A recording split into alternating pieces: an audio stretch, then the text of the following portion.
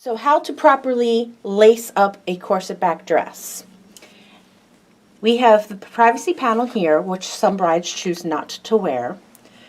I was able to go ahead and do the snap on the side. Again, not always necessary because sometimes it actually fights you. So you're going to start at the top, and you're always going to work from the inside to the out. Of course, it'd be nice if I could actually get it going here. Here we go. I'm going to actually try to even it up at the bottom as best possible. And I'm right-handed, so I started with the right. Again, in to out. And then we take the other one. Those of us who remember lacing up our shoes, it's the same thing. So, a good rule of thumb, depending on how your brain works, if you have one strap on each side, always grab the right one. If you have two on each side and you happen to look away and come back, always grab the top one. Another way of thinking about it is I'm starting with my right one, then I'm going to my left, which was the one on the top, but now my left one just became my right, and I'm going to use it again. So again, it all depends on how you think. Continuing down to the very end, I like to simply use up as much lace as possible. Another thing you want to pay attention to, and it depends on the fabric the lacing is made of, is sometimes it will twist on you as you are going through. You just want to make sure you twist it back to be flat.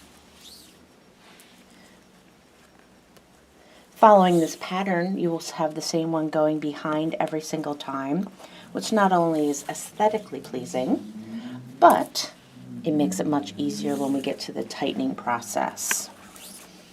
You do want to make sure you allow enough time in your timeline of getting ready, because depending on how the loops are constructed, the width and the fabric of the lacing, it can often take much more time, and especially if you're not an experienced person that does this practically in their sleep like I do. Okay, so we're getting down to the bottom.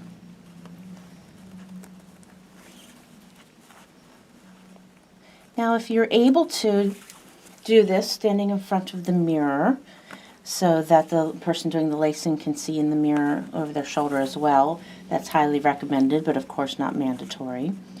Because as you're pulling, you can see how it's doing it to them, and they can see how they're looking.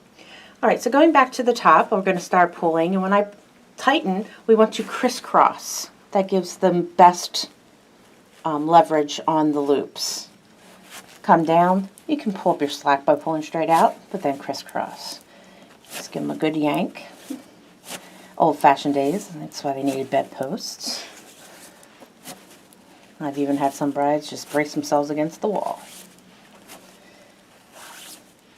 Now this dress is a little big around her hips, but it's still perfectly fine and beautiful. And I'm pulling the extra down through, which you don't want to do on your day of.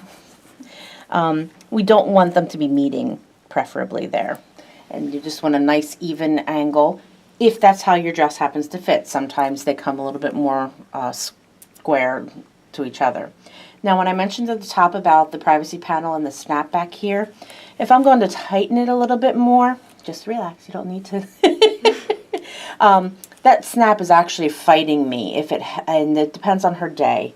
Some people swell up, so I just undo the snap so that I can tighten her more. And at this point, it's actually the bride's job, or if it happens to be prom or another event, it is the person wearing the dress job to tell you where they want it tighter or looser. Most of the time you're going to look at where the normal bra line's going to be, and normally that's where everybody wants it a little tighter. And just keep working it down. It is a step-by-step process. Generally there are two options when it comes to finishing it off. You may do a simple bow, depending. Very lovely, a good choice, and this is something you would decide previously.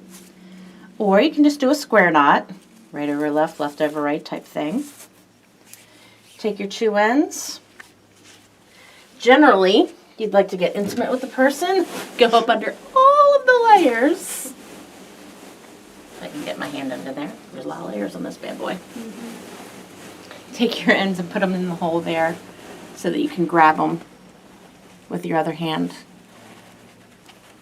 and yank it all the way through. So it's a nice flush finish there. And that is how you properly lace your corset back dress.